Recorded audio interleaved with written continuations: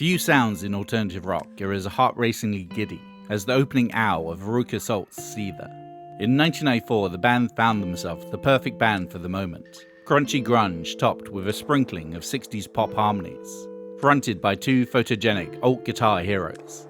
But having seemingly appeared out of nowhere, and despite the quality of their songs, tastemakers were quick to cry foul, that this band might be Whisper It, a label-built fabrication. It was this slander that eventually killed them. This is Alt Hit Wonders, and this is the story of Veruca Salt. Proof that calling women in bands industry plants has been happening since the 90s.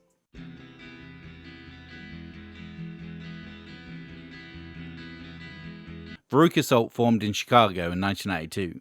Though they wouldn't meet until their mid-20s, growing up, chief songwriters Louise Post and Nina Gordon had a lot in common. Both their parents were divorced by their teens.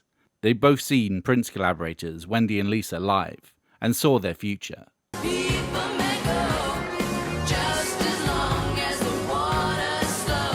Amazed by the amount of beautiful, talented women on stage, saddened that it wasn't them. And they both wrote emotionally wrought, folkish songs on acoustic guitars, with little motivation to escape their respective bedrooms. They were introduced by mutual friend and Chicago actor gone big, Lili Taylor, i.e. Corey from Say Anything. Gordon was miserable and wanted someone to write with. Post was the one to get them out there, to play their Indigo Girls-esque songs at open mics around Chicago, getting immersed in the growing alternative scene. They chose the name Veruca Salt after the bratty character in Roald Dahl's Charlie and the Chocolate Factory.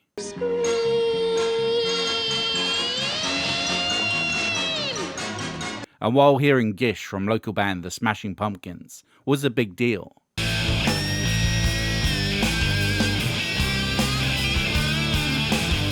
outlook had changed forever around the time of the Breeders' album, Pod.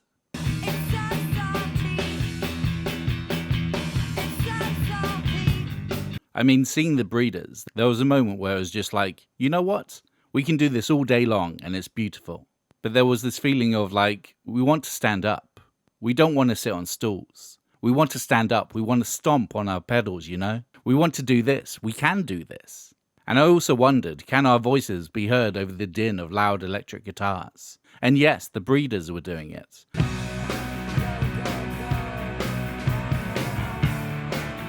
My Bloody Valentine were doing it.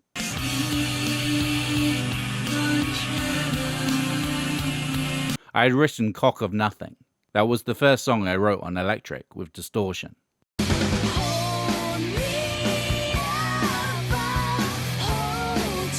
After a year and a half of writing together, they put an ad in the local paper for an all-female rhythm section. Instead, they got the decidedly male Steve Lack on bass, and after again failing to find a female drummer, roped in Gordon's brother Jim Shapiro, despite him being more of a guitarist and not owning a drum kit. They then recorded some scratchy, bubble grungy demos to get some gigs.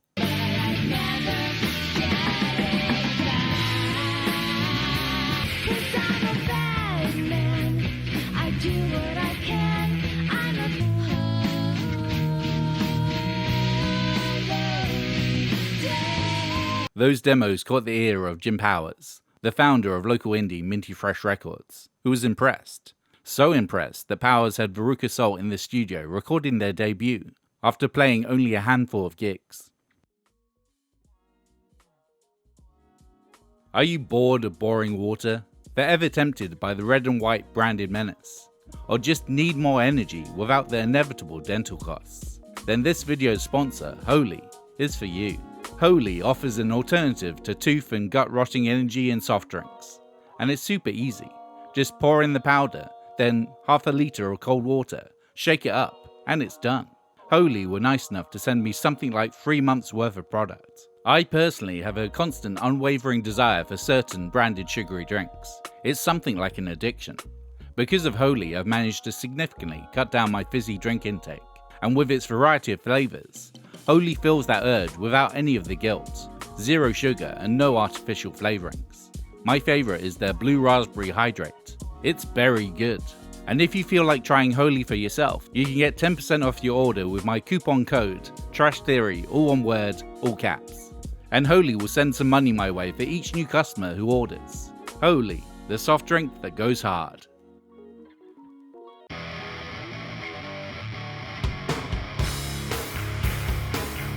Jim Powers had an agreement with local producer Brad Wood. Powers had financed Wood's studio development with the proviso that Wood would produce 7 7-inches, A and B sides for Minty Fresh. But after hearing Veruca Salt, Powers cashed in all 14 tracks to make their debut album. Brad Wood at the time was riding high after producing Chicago singer-songwriter Liz Phair's debut album, Exile in Guyville, which was exploding in an indie rock way as he recorded with Veruca Salt. That verging on blanket hype from another Chicago act flavored the sessions. Their first day in the studio was January 1st, 1994, the day after they supported Fair and Hum at the Metro. Rather than either of the women taking the lead, division of the songs was a partnership. Whatever was in our set list, I think we all agreed were our strongest songs. And I think we definitely tried to balance how many of Louise's songs and how many of my songs. And I say Louise's and mine because at that time we wrote individually and then brought our songs in and collaborated on the arrangement. But whatever she had written, she would sing lead on, and whatever I had written, I would sing lead on. I think we tried hard to keep them in balance, that there were going to be 6 Louise songs, there would be 6 Nina songs. Stylistically, Veruca Salt traded in chugging, heavy power pop, the gummy heft of My Bloody Valentine and the Breeders, with Candy Flex of Big Star, Cheap Trick and the Go-Go's.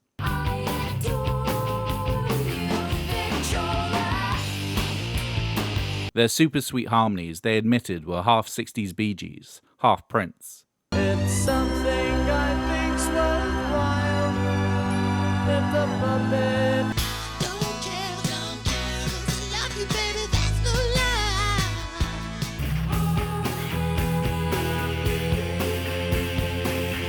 lie. But it makes perfect sense that they would unleash a dirgy, indifferent version of My Sharona as a B-side.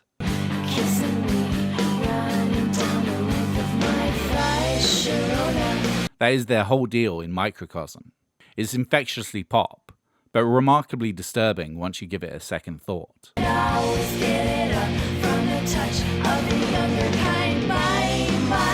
Throughout, they were called to pop culture, but through a darkly distorted lens. Gordon's looming 25 has time to knowingly reference the American Breed's 60s pop throwaway, Bend Me, Shape Me.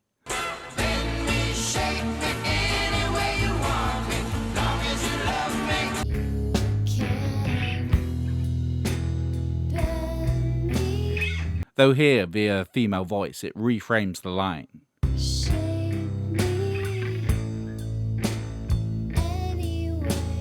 Society forces them to fit a certain idealized form of womanhood.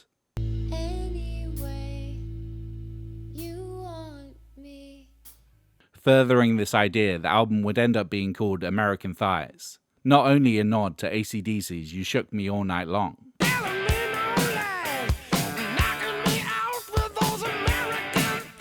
but as Post explained to Details magazine, they're also the part of the body women are most ashamed of. This vulnerability permeates the album, the women picking through their lives as self-therapy. On Spider-Man 79, Post details an abusive relationship.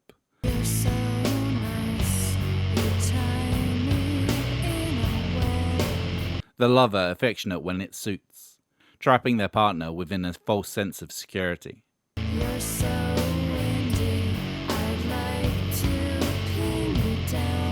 Its central figure less the Marvel superhero, more akin to the one that petrifies Robert Smith on Lullaby.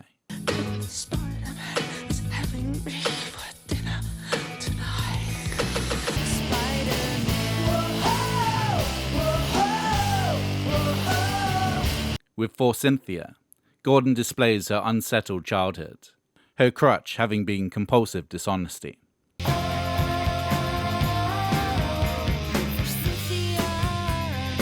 When I was 7, my father moved to Manhattan and lived in this really creepy swingers pad, cork on the walls and a waterbed.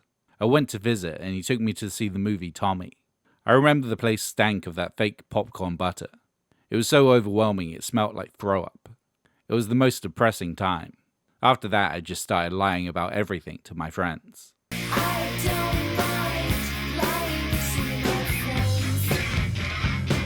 I said I had a twin sister named Julie, and that I had 22 brothers and sisters.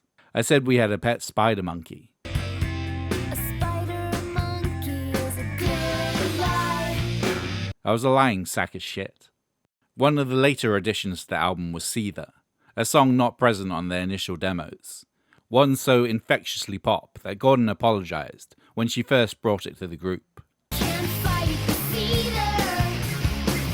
Can't fight the cedar. Despite its catchiness, the song draws from the underlying murderous rage most women feel most of the time. Try to keep her on a short leash. I try to calm her down. Here, Gordon gives the anger personhood, a separate entity that lurks under the surface, begging to be released. I can't see her till I'm foaming at the mouth. Perhaps that's what the opening owl is, the Seether erupting out.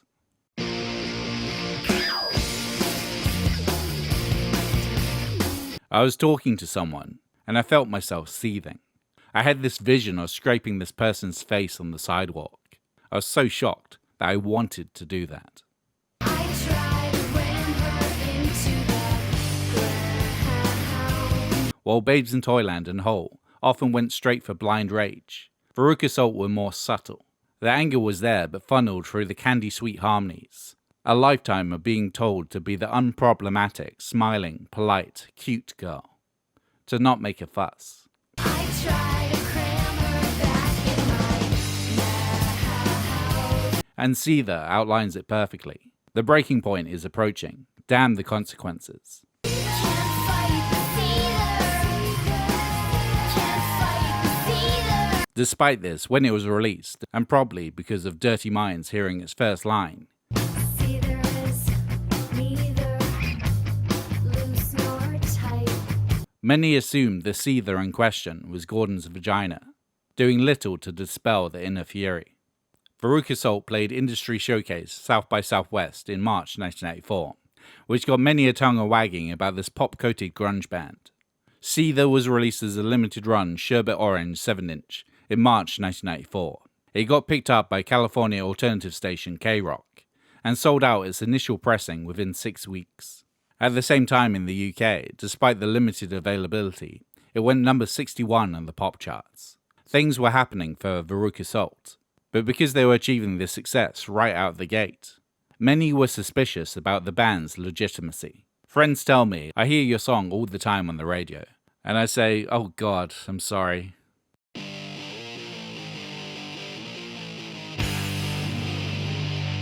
American Thighs arrived in September 1984 on Minty Fresh. While there had been offers from Island, Epic, Maverick, London and Geffen, Veruca Salt had yet to sign to a more major label. And yet, when Eric Weisbard reviewed the album for Spin, he opened with, "The fact that Veruca Salt sounds as if it was designed in Chicago by a marketing focus group doesn't eradicate its virtues." A backhanded compliment, the first half of which a surprising number of rock-listening public took to heart. That Veruca Salt were fake, a label-made band, industry plants before the term had been codified. As Seether foamed all over MTV, and the band signed with Nirvana and Hole label Geffen, everyone was whispering about Veruca Salt and their apparent realness. In reality, they just perfectly fit the grunge-obsessed moment, not by design, but happenstance. They listened to 60s pop, were empowered by My Bloody Valentine, the Smashing Pumpkins, and the Breeders. Of course it would look like a cynical construction, if you didn't know otherwise. The fact they were fronted by two women didn't help. Listeners, for whatever reason, were less likely to give them the benefit of the doubt. And the critics were brutal. Reviewing American Thighs for CMJ New Music Monthly in January 1995, Chris Melanphy wrote, "Woman-led bands will continue to be labelled as such as long as bands like Veruca Salt exist. The group plies the girly band trade like cynical superstars. Rarely has a band so little deserved its hype." A month later in the same magazine, a double feature with fellow band of the moment Elastica, Shapiro would kick back about the copious accusations of the band sounding too similar to their influences, to the extent that Wags would sing the words "sounds like the Breeders" to the melody of the Seether chorus. Can't fight the cedar. Can't fight the cedar. The phrase Veruca Salt sounds a lot like the Breeders was almost added to the Pledge of Allegiance last year. Nina and Louise both love pod. I know that for a fact. Who's first record doesn't sound like what they were listening to when they started playing music. As they've written more songs and played out live, that influence is starting to wear off. Just the year before, the hype had consumed Liz Phair too. This bright, sardonic singer-songwriter with awesomely explicit songs had seemingly appeared out of nowhere. Fuck and run, even when I was 12. By the time Exile in Guyville was filling out end-of-year lists, #1 in Village Voice's Paz and Jop list, everyone in Chicago especially was sick of hearing about her. There was an overwhelming feeling that, though Phair had spent years in her room shaping her songcraft, she hadn't paid her dues. She didn't write those songs. And because her debut had sold a couple 100,000 copies, she was an unforgivable sellout. Given the amount of hype, Gordon and Post had been on the Phair hate train, had assumed they would despise her work, and refused to buy Exile in Guyville. But after working with Wood, they were surprised by how much they loved the record, and how deftly they related with the work of this unforgivable sellout. I want all that stupid old shit, like letters and sodas. Maybe the Tastemakers were wrong. By the end of 1994, Seether was #2 on the Paz and Jop singles list, and now, Veruca Salt were the new outcasts. All the backlash and bad feelings were aimed at them. I think people in Chicago in particular, they kinda eat their own. When things get too big, it's not cool, it's not punk rock. We weren't indie enough, we were too melodic, we were too cute. Well, that was part of it, honestly. It was part of it. Louise got completely skewered for putting on lipstick on stage in London. We played this big show in London, and all of a sudden it was like, she's not a feminist.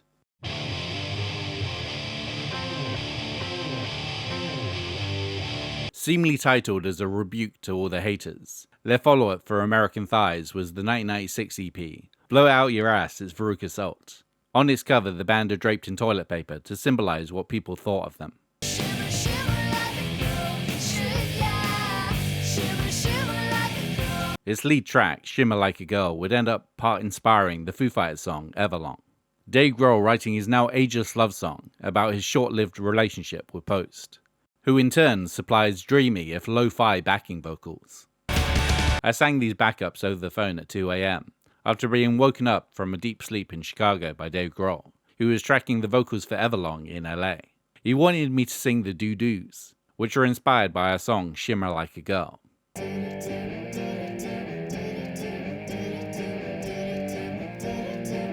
While I was at it, I wrote a harmony for the chorus and sang that too.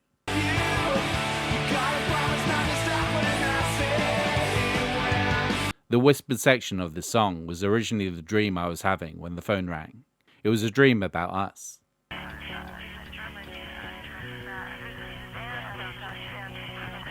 He later removed it and replaced it with his own whispers, one which was a love letter to me. Their second album was 1997's 8 Arms to Hold You, named after the original title for the Beatles film Help. Over the back half of 1995, they had supported live in arenas across the US. Every day they'd hear Enter Sandman's muscular riffs over the PA as they were preparing to go on and think, damn, that sounds awesome.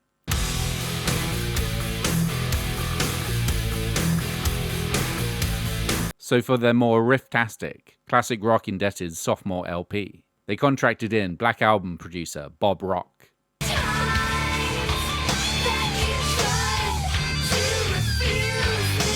His first single, the Gordon Penn Thin Lizzy meets Smashing Pumpkins' Volcano Girls, even references their previous big hit. Told you about the Seether before. You're the one who's neither or nor. Confusing the narrative further in decidedly Beatley, Glass Onion fashion. There's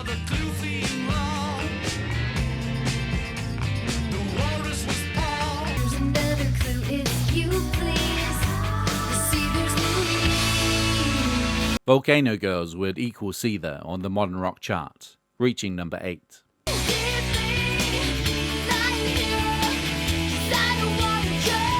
But the industry weighed on the band. Though they'd carved out a decent amount of alternative radio and MTV play, their records hadn't really sold too well.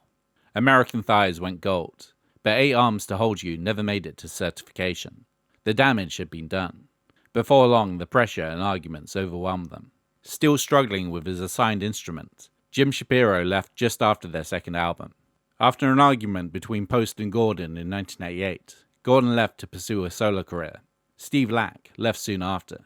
Just bad vibes, bad stuff. A lot of disagreements. We just kind of broke each other's hearts in a way. We had gotten to the point where we were just I never know what to say.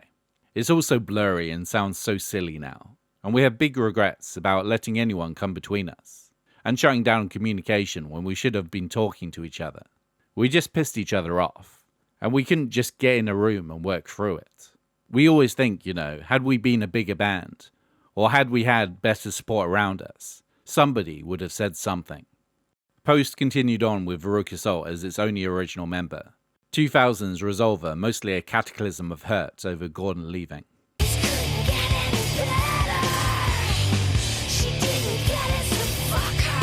And aside from the occasional veiled snipe in the press, Gordon and Post wouldn't talk for years.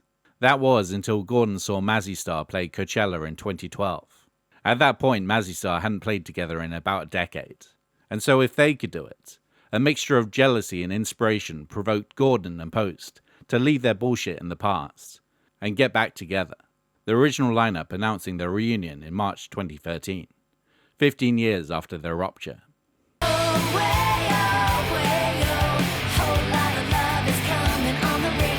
Since their split, their influence had grown. Some ornery South African butt rock dudes had taken Veruca Salt's Big Hit as their band name.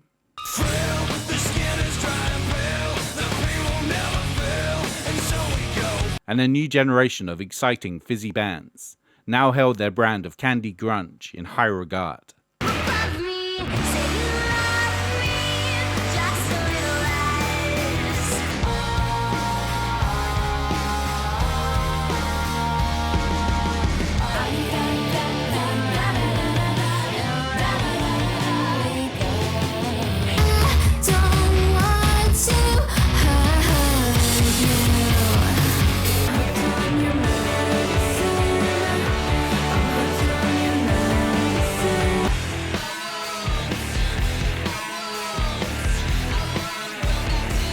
And in April 2022, the 90s-obsessed Olivia Rodrigo covered Seether at the first show of her Sour Tour, a song introduced to Rodrigo by her mother, much to the joy of Veruca Salt.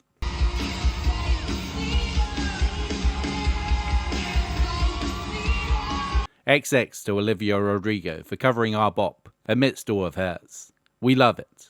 We've been belting out Brutal and Good For You in our cars non-stop for the past year, so this made our day. See you in LA and Chicago. They were also sadly patient zero for a lot of bands and artists in the modern era, often with female singers, getting accused of being industry plants. A bogus term used to play musical purity politics. The sad thing is that Veruca Salt wrote just as well as their contemporaries, used their songs to sketch out their experiences, tried to relate amongst the darkness, delighted in loud guitars and distortion pedals. But because they got a bit too much attention too soon, their songs were too catchy, their faces a bit too cute. They were dragged through the mud, not taken seriously. Though time has shown their worth, they were goddamn right to be foaming at the mouth. You can't fight this either.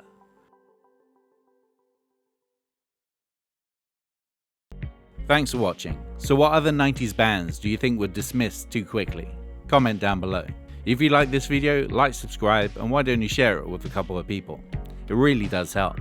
As always, I'd like to shout out this month's new top tier supporters over on Patreon. Earl McLean, Paul Smith, Al Hollywood, Pip, Dog Starver, Rerun Freak A, Tyler Madsen, Andrew Beck, Lawrence Martin, Horror Knight, Sad Little Squonk, and Phil0000. And thanks to everyone else that supports me. And I'll see you next time for another dose of alt hit wonders. This time voted for by patrons.